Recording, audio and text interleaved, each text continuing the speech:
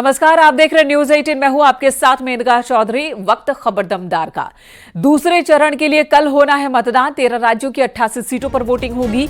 UP में 8 सीटों पर मतदान है। कल ही ये मतदान है। यूपी की 8 सीटों पर 91 कैंडिडेट चुनाव मैदान में हैं। सुबह 7 बजे से शाम 6 बजे तक वोटिंग होगी, यानी कि 8 सीटों पर 91 उम्मीदवारों की किस्मत कल ईवीएम में कैद होने वाली है। यूपी की इन 8 सीटों की बात की जाए तो 2019 में 8 में से 7 पर बीजेपी ने जीत हासिल की थी। एक सीट अमरोहा, जहां से बीएसपी के कैंडिडेट ने पिछली बार जीत हासिल की थी, लेकिन बीएसपी के वो कैंडिडेट इस बार, यानी कि बीएसपी के वो सांसद दानिश अली इस बार कांग्रेस की ओर से चुनाव मैदान में हैं। 8 लोकसभा सीटों पर उत्तर प्रदेश में 91 उम्मीदवार हैं चुनाव मैदान में, अलग अलग दलों से।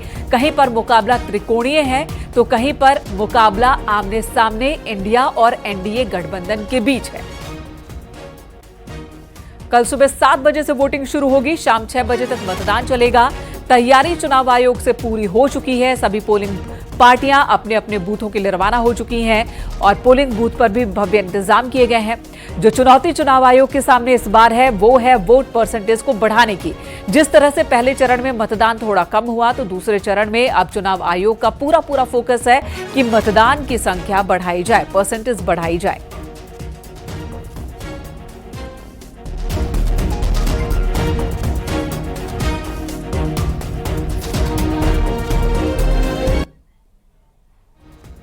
देश के 13 राज्यों के 88 लोकसभा सीटों पर दूसरे चरण में कल मतदान होना है।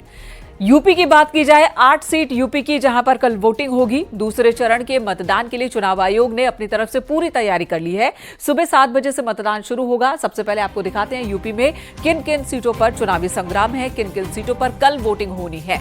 गौतम बुद्ध नगर, गाजियाबाद, मेरठ, मथुरा, अमरोहा, बागपत, बुलंदशहर और अलीगढ़, ये वो 8 लोकसभा सीट है जहां पर कल वोटिंग होनी है। कई वीआईपी चेहरे दांव पर लगे हुए हैं, कई नेता हैं, कई सांसद हैं जो तीसरी बार चुनाव मैदान में उतरे हैं। खासकर बीजेपी के इन 8 में से 7 पर बीजेपी का कब्जा। अमरोहा बीएसपी के पाले में 2019 में गई थी। यूपी में दूसरे चरण में होने वाले चुनाव में 8 सीटों पर कौन कौन दिग्गज आमने सामने हैं, इस पर भी एक नजर डाल लेते हैं। तो ये तस्वीरें आप देखिए। सबसे पहले बात गाजियाबाद की। यहां पर मुकाबला बीजेपी के अतुल गर्ग और कांग्रेस की डॉली शर्मा के बीच है। बीएसपी ने नंद किशोर पुंडीर को चुनाव मैदान में उतारा है। वहीं अब बात गौतम बुद्ध नगर की कर लेते हैं। गौतम बुद्ध नगर में टक्कर है बीजेपी के डॉक्टर महेश शर्मा और सपा के डॉक्टर महेंद्र सिंह नागर के बीच। महेश शर्मा तीसरी बार चुनाव मैदान में है। यहां से बीएसपी ने राजेंद्र सिंह सोलंकी को उम्मीदवार बनाया है। बात मेरठ की कर लेते हैं। मेरठ भी हाई प्रोफाइल सीट्स में से एक है। यहां पर बीजेपी ने अरुण गोविल को चुनाव मैदान में उतारा है। सपा की ओर से सुनीता वर्मा चुनाव मैदान में है और वहीं बीएसपी ने देवव्रत त्यागी को चुनाव मैदान में उतारा है और उन पर दांव खेला है। बात अमरोहा की कर लेते हैं, जहां पर टक्कर है कांग्रेस के कुंवर दानिश अली और बीजेपी के कंवर सिंह तंवर के बीच में। दानिश अली पिछली बार बीएसपी से चुनाव लड़े थे और तब उन्होंने जीत हासिल की थी। सपा बीएसपी का गठबंधन था। इस बार वो कांग्रेस की ओर से, कांग्रेस और समाजवादी पार्टी के गठबंधन के प्रत्याशी हैं। बसपा ने यहां से मुजाहिद हुसैन को चुनाव मैदान में उतारा है। अगली लोकसभा सीट की बात कर लेते हैं। अगली सीट है बागपत। यहां पर बिग फाइट है। रालोद के राजकुमार सांगवान चुनाव मैदान में है। पिछली बार बीजेपी ने यहां पर जीत हासिल की थी, लेकिन इस बार बीजेपी में शामिल हो गए, एनडीए में शामिल हो गए आरएलडी नेता, जिसके बाद एनडीए की ओर से आरएलडी के खाते में यह सीट है और आरएलडी ने राजकुमार सांगवान को चुनाव मैदान में उतारा है। सपा के अमरपाल शर्मा उन्हें टक्कर देंगे और बीएसपी के प्रवीण बैसला उन्हें टक्कर देंगे, यानी कि त्रिकोणीय मुकाबला देखने को मिल रहा है, लेकिन जयंत चौधरी के साथ इस सीट पर है। वहीं मथुरा में मुकाबला बीजेपी के हेमा मालिनी, कांग्रेस के मुकेश धनगर, बीएसपी के सुरेश सिंह के बीच में है। हेमा मालिनी तीसरी बार चुनाव मैदान में है। 2 बार लगातार उन्होंने जीत हासिल की, 2014, 2019। अब 2024 में भी उन्हें बीजेपी ने कैंडिडेट बनाया है। अगली लोकसभा सीट की बात कर ले, अलीगढ़। यहां पर भी टक्कर दिलचस्प है। बीजेपी ने सतीश गौतम को एक बार फिर चुनाव मैदान में उतारा है, यानी कि जीत की हैट्रिक लगाने के लिए वो उतर रहे हैं चुनाव मैदान में। सपा की ओर से चौधरी विजेंद्र सिंह यहां पर कैंडिडेट हैं। वहीं बीएसपी के हितेंद्र कुमार बंटी चुनाव मैदान में है। तो इस तरह से त्रिकोणीय मुकाबला यहां पर भी देखने को मिल रहा है। अगले लोकसभा क्षेत्र की ओर रुख कर लेते हैं। बुलंदशहर की बात करते हैं। यहां पर बिग फाइट किन किन के बीच है। बीजेपी के डॉक्टर भोला सिंह, वो भी तीसरी बार चुनाव मैदान में है। कांग्रेस के शिवराम वाल्मीकि तो बसपा के गिरीश चंद, ये सुरक्षित सीट है। यहां पर भोला सिंह तीसरी बार चुनाव मैदान में है, यानी कि उनकी साख दांव पर है। कांग्रेस ने शिवराम वाल्मीकि को चुनाव मैदान में उतारा है। गिरीश चंद बीएसपी की ओर से चुनाव मैदान में है। तो ये वो तमाम चेहरे हैं जो मुख्य रूप से दूसरे चरण के चुनाव के दौरान एक दूसरे को टक्कर दे रहे हैं। अब हमारे सहयोगी इन सभी जगहों से हमारे साथ जुड़ चुके हैं। सबका रुख कर लेते हैं क्योंकि कल सुबह 7 बजे से वोटिंग शुरू हो जाएगी। उसके पहले लोगों का मूड क्या है, तैयारी क्या है चुनाव आयोग की, हर मुद्दे पर बात करेंगे अपने सहयोगियों से। मेरठ से उमेश श्रीवास्तव हमारे साथ मौजूद हैं, बागपत से शहजाद राव हैं, अमरोहा से शिवोम शर्मा है, बुलंदशहर से प्रशांत है। मेरठ का रुख सबसे पहले कर लेते हैं। उमेश, तैयारी हो गई है पब्लिक की यानी कि मतदाताओं की और चुनाव आयोग की भी? जी हाँ, निश्चित तौर पर जनता जनार्दन का वक्त आ गया है, लोकतंत्र का महापर्व आ गया है, डेमोक्रेसी का फेस्टिवल आ गया है। पश्चिमी उत्तर प्रदेश की 8 लोकसभा सीटों के लिए कल सुबह 7 बजते ही मतदान शुरू हो जाएगा। मेरठ हापुड़ लोकसभा सीट में बेहद दिलचस्प मुकाबला देखा जा रहा है। यहां भारतीय जनता पार्टी की तरफ से टीवी सीरियल रामायण के राम अरुण गोविल प्रत्याशी हैं, तो वहीं समाजवादी पार्टी की तरफ से सुनीता वर्मा प्रत्याशी हैं, तो बहुजन समाज पार्टी की तरफ से देवव्रत त्यागी उम्मीदवार हैं। चुनाव आयोग की तरफ से सारी तैयारियां पूर्ण कर ली गई हैं। यहाँ जो मतदान कर्मी हैं वो पोलिंग बूथ पर पहुंच चुके हैं और इन तस्वीरों में आप देखिए किस तरह से सारी प्रिपरेशन यहाँ पर की गई है। और चुनाव आयोग ने जो तैयारियां की हैं वो यहाँ आप देख सकते हैं कि पोलिंग बूथ पर सारे कर्मचारी पहुंच चुके हैं और अपनी अपनी व्यवस्थाओं को चुस्त दुरुस्त करने में जुटे हुए हैं और बेहद उत्साहित है मतदान कर्मी की। लोकतंत्र का महापर्व आ गया, डेमोक्रेसी का फेस्टिवल आ गया। हम कुछ कर्मियों से बात भी कर लेते हैं। आप ये बताइए, आप लोग सारी प्रिपरेशन करने में जुटे हुए हैं, कितना उत्साहित है, कितना एक्साइटेड है लोकतंत्र के महापर्व को लेकर, डेमोक्रेसी के फेस्टिवल को लेकर के, और क्या क्या तैयारी आप लोग कर रहे हैं? देखिए, ये लोकसभा का इलेक्शन है, इस बार ये लोकतंत्र का महापर्व है। हम लोग एक्साइटेड तो है ही। हम लोग वोटिंग कराने के लिए कल के यहाँ बैठे हुए हैं और तैयारी कर रहे हैं और सभी लोगों में उत्साह है। कुछ लोग ऐसे भी हैं जो पहली बार वोटर बन रहे हैं, वो तो और ज़्यादा एक्साइटेड है। बाकी सभी लोग उत्साहित हैं, अपनी अपनी सरकार चुनना सब चाह रहे हैं। अपनी अपनी सरकार चुनना सब चाह रहे हैं। यहाँ का नजारा भी दिखाइए, हम इस वक्त पोलिंग बूथ के अंदर हैं और किस तरह से सारी प्रिपरेशन की गई है ये आप इन तस्वीरों में देखते हैं। और ईवीएम भी तैयार है और ईवीएम का बटन दबाने के लिए बिल्कुल उमेश, भले ही चुनाव आयोग के अधिकारी कर्मचारी कह रहे हो कि लोगों में उत्साह है, युवाओं में उत्साह है, लेकिन वो उत्साह दिख नहीं रहा वोट परसेंटेज में। पहले चरण में तो कम से कम नहीं दिखा, दूसरे चरण में उत्साह को मतदान में तब्दील करने की चुनौती चुनाव आयोग के सामने है। बागपत का रुख कर लेते हैं, शहजाद राव हमारे साथ मौजूद हैं। शहजाद, बागपत में बीजेपी का दबदबा रहा है, इस बार ये सीट आरएलडी के खाते में है और जाहिर सी बात है जयंत चौधरी की साख यहां दांव पर है। किस तरह की तैयारी पॉलिटिकल पार्टी की, मतदाताओं की और चुनाव आयोग की? बिल्कुल आपने ठीक कहा, बागपत में आरएलडी अध्यक्ष जयंत चौधरी की साख दांव पर है। यही कारण है कि आरएलडी अध्यक्ष ने बागपत में 2 से 3 रोड शो किए। उसके बाद मुख्यमंत्री ने भी कई जनसभाएं की और जनता से समर्थन मांगा है। हालांकि इससे पहले बागपत लोकसभा सीट पर 2 बार से बीजेपी का कब्जा था। बीजेपी के सत्यपाल सिंह यहाँ से 2 बार जो है सांसद चुने गए। उसके बाद आरएलडी और बीजेपी का गठबंधन हुआ। इस दौरान एनडीए के प्रत्याशी के रूप में डॉक्टर राजकुमार सांगवान मैदान में है। फिलहाल जो कल जो है मतदान होना है, मतदान की तमाम तैयारियां पूरी कर ली गई है। हम एक मतदान केंद्र पर मौजूद है जहां पर जो है पोलिंग पार्टियां पहुंच चुकी हैं, ईवीएम तैयार है और कल जनता जो है प्रत्याशियों की किस्मत का फैसला कर देगी, ईवीएम में कैद कर देगी अपना फैसला। बागपत जो है अपने आप में महत्वपूर्ण है क्योंकि आरएलडी को 2 सीट मिली है एनडीए के कोटे से, एक बागपत है, एक बिजनौर है। बागपत में कल मतदान होना है जिसको लेकर लगभग 17 लाख के करीब जो है मतदाता अपने मताधिकार का प्रयोग करेंगे, जिसमें 9 लाख के करीब पुरुष मतदाता है और 8 लाख के करीब जो है महिला मतदाता है। चुनाव तैयारियों की बात करें तो पुलिस ने जो है कड़े इंतजाम किए हैं, सेंसिटिव और जो अति संवेदनशील जो बूथ है उन पर पैरामिलिट्री फोर्स जी बिल्कुल और कैमरों की तैयारी पूरी हो गई है। सिक्योरिटी से लेकर आम मतदाताओं को सहूलियत तक की तमाम तैयारियां पूरी हो गई है। यहां बागपत में भी। अमरोहा से शिवोम इस वक्त हमारे साथ मौजूद हैं। शिवोम, आपके पास आते हैं। अमरोहा ये वो लोकसभा सीट है जो पिछले इलेक्शन में 2019 में बीएसपी ने जीत हासिल की थी। बीजेपी को इन 8 में से एक अमरोहा पर ही हार मिली थी। इस बार अमरोहा को लेकर जो रणनीति बीजेपी ने बनाई है आप देख सकते हैं और सबने देखा कि प्रधानमंत्री ने वहां पर जनसभा की, सीएम योगी आदित्यनाथ ने कई बार वहां पर जनसभा को संबोधित किया। वहीं पर विपक्ष की ओर से यानी कि आईएनडीआईए गठबंधन की ओर से प्रेस कॉन्फ्रेंस की गई राहुल गांधी की, तो जयंत चौधरी भी लगातार वहां पर एक्टिव नजर आए। बीएसपी ने भी एक मजबूत कैंडिडेट को खड़ा किया है। अमरोहा की तस्वीर क्या दिख रही है और तैयारी मतदान को लेकर क्या दिख रही है? जी मैं इस वक्त जो जलालपुर धना है या बूथ है बनाया गया है, यहाँ लगभग 1200 करीब मतदाता हैं। तो बात की जाए तैयारियों की, पोलिंग पार्टियां यहाँ पर आ गई हैं और पीठासीन अधिकारी अपनी तैयारी करने में जुटे हुए हैं। बूथ बनाया गया हुआ है। फिलहाल जो यहाँ की जो तैयारियां हैं पूरी मुकम्मल कर ली गई हैं। बात की जाए सुरक्षा की, सुरक्षा जी। पूरी चाक चौबंद व्यवस्था की गई है और पैरामिलिट्री फोर्स यहाँ पर पहुंच चुकी है और जो सिविल पुलिस फोर्स यहाँ पर आ गई है। बात और आप देख सकते हैं पीछे यहाँ कुछ मतदाता है।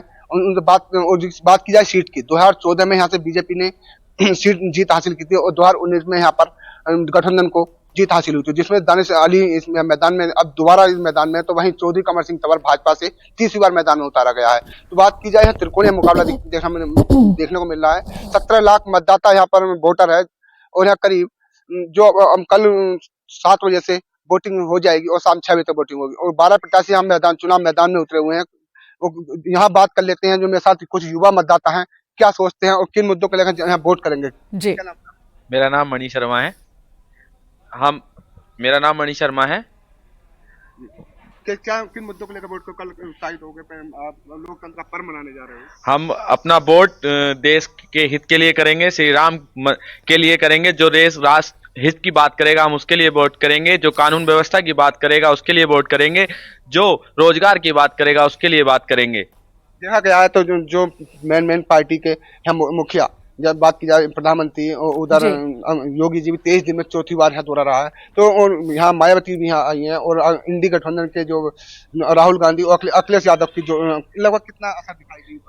यहाँ पर एक तरफा लगभग वोट देखने को मिलेगा। यहाँ बीजेपी की जीत, ठीक है, तो अमरोहा की जनता कह रही है एक तरफा वोट देखने को मिलेगा। हालांकि आप वोट अपने प्रत्याशी को दीजिए, किसी भी दल किसी भी प्रत्याशी को दीजिए, लेकिन वोट दीजिए और पूरे विवेक के साथ फैसला कीजिए कि आपको अपना मतदान किसे देना है।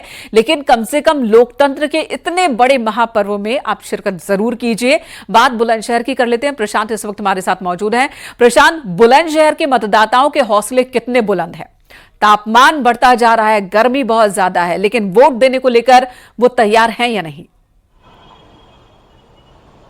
बिल्कुल, देखिए बुलंदशहर का जो मतदाता है वो वोट देने के लिए पूरी तरीके से तैयार है और यहाँ ये मतदान केंद्र है। कल सुबह 7 बजे यहाँ मतदान होगा और यहाँ जो अगर मुकाबले की बात की जाए तो मुकाबला जो है यहाँ भाजपा और बसपा का माना जा रहा है कि अब देखना होगा कि 4 जून को कमल खिलेगा या हाथ का पंजा या हाथीबाजी मारते हैं, ये 4 जून को तय होगा। साथ ही सुरक्षा व्यवस्था के कड़े इंतजाम रहेंगे।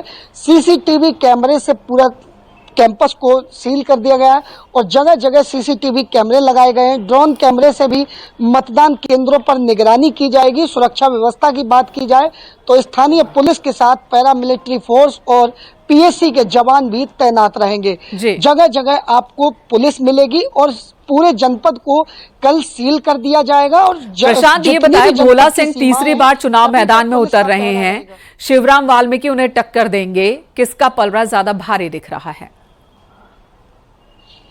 बिल्कुल, देखिए जो अभी तक जो देखने को मिल रहा है, हालांकि इसमें जो है लोग तीसरी बार के सांसद पर भरोसा जता रहे हैं, लेकिन ये तो 4 जून को ही हो पाएगा। लौटेंगे आपके पास प्रशांत, धन्यवाद इस वक्त आप सभी का अपने अपने जगह पर मतदान केंद्रों की स्थिति दिखाने के लिए, तैयारी के बारे में बताने के लिए। चुनाव आयोग ने पूरी तैयारी कर ली है दूसरे चरण के मतदान के लिए। 8 सीटों पर यूपी में घमासान होना है और कई जगहों पर मुकाबला त्रिकोणीय देखने को मिल रहा है। इधर लोकसभा चुनाव को लेकर पीएम मोदी ने आज यूपी में ताबड़तोड़ रैलियां की। आगरा, आंवला और शाहजहांपुर में पीएम मोदी ने जनसभा को संबोधित किया। पीएम ने कहा कि करप्शन पर लगातार कार्रवाई चल रही है, भ्रष्टाचारियों से पैसे वापस लौटाए जा रहे हैं, लिए जा रहे हैं। और साथ ही उन्होंने कहा कि मैं सोच रहा हूं कि भ्रष्टाचारियों से आया पैसा जनता को लौटा दूं। लोकसभा चुनाव 2014 में भी पीएम मोदी ने कुछ इसी तरह का वायदा किया था। उन्होंने कहा कि कुछ लोग विरोध में बौखला गए हैं।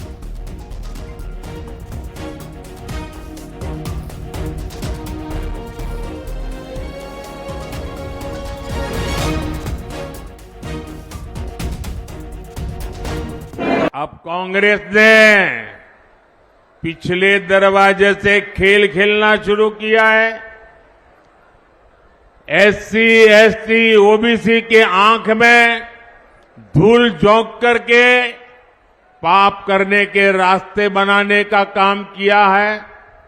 अब कांग्रेस ने ठान लिया है कि वो धर्म के आधार पर रिजर्वेशन लाकर रहेगी और इसके लिए कांग्रेस ने तरीका निकाला है।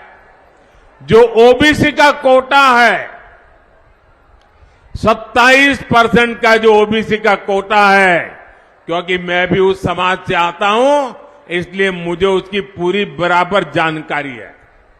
ये जो 27% आरक्षण का कोटा है, अब उन्होंने तय किया है कि उसमें से कुछ चोरी कर लिया जाए। कांग्रेस पर सीएम योगी आदित्यनाथ ने भी बड़ा हमला किया। पित्रोदा के बयान से कांग्रेस की मंशा उजागर हो गई है, ये कहा सीएम योगी आदित्यनाथ ने। और उन्होंने कहा कि कांग्रेस ने देश के संसाधनों को लूटा है। कांग्रेस की नजर अब जनता की संपत्ति पर है। विरासत टैक्स लगाकर लूटने की कोशिश करेगी कांग्रेस। जनता की संपत्ति घुसपैठियों के बीच बांट दी जाएगी। देश की कीमत पर कांग्रेस राजनीति करती रही है। 2014 में कांग्रेस की विदाई हो गई, नहीं तो उसी वक्त ये लागू कर देते। देश के प्रति कांग्रेस की मानसिकता उजागर हो गई है। सैम पित्रोदा के बयान के बाद ये कहना सीएम योगी आदित्यनाथ का।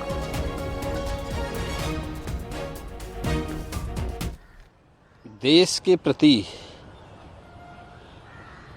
और देश की आम जनता के प्रति कांग्रेस की मानसिकता क्या है, यह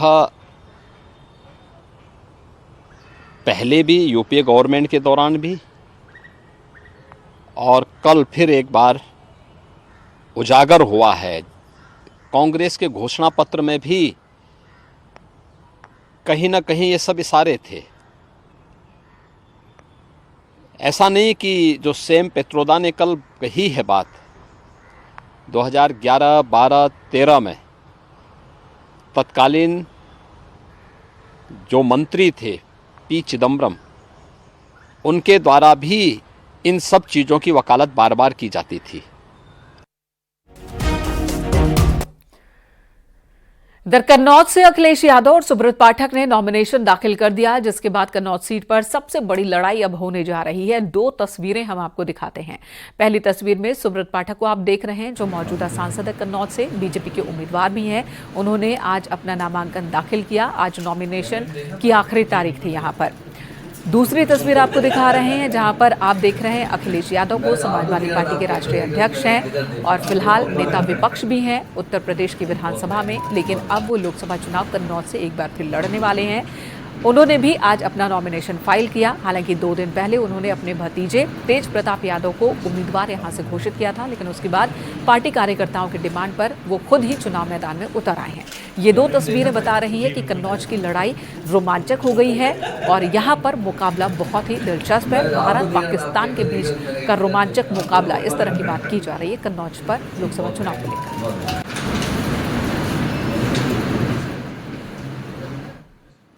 हमने कहा था कि मैच रोचक होना चाहिए। अगर तेज प्रताप लड़ते तो मैच होता भारत और नेपाल के बीच में। अब मैच है भारत और पाकिस्तान के बीच में, तो स्वाभाविक है कि जब वर्ल्ड कप में हमेशा भारत जीतता है। नहीं तो भारत कौन है, पाकिस्तान कौन है? क्या आप नहीं, हम स्वाभाविक है, हमारी सोच भारतीय है हम लोग, और इनकी सोच पाकिस्तानी। पाकिस्तान माने कोई देश नहीं, पाकिस्तान माने एक सोच, आतंकवाद, भ्रष्टाचार, बेईमानी, नफरत, लूट। तो ये इस प्रकार की सोच है, तभी तो माफिया के घर जाते हैं। माफिया घर पर जाकर कब्र पर फातिया पढ़ते हैं। क्यों जाते हैं भैया?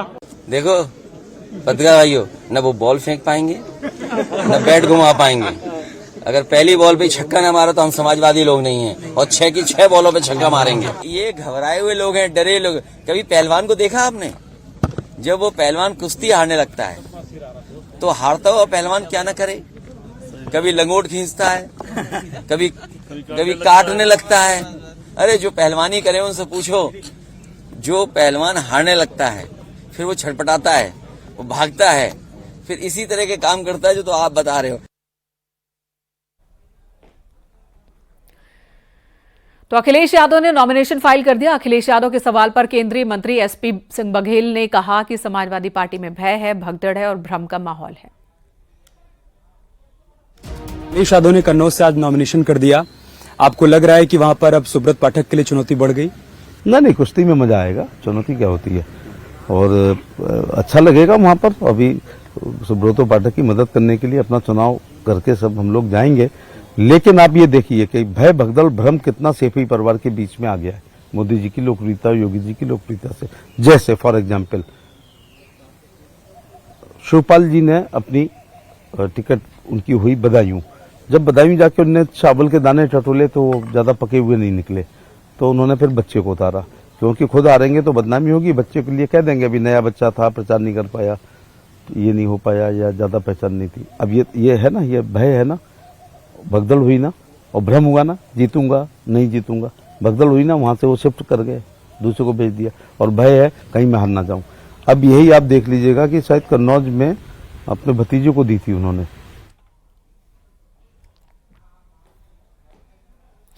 यहां रुकेंगे एक छोटे से ब्रेक के लिए। खबरों का सिलसिला ब्रेक के बाद भी जारी है।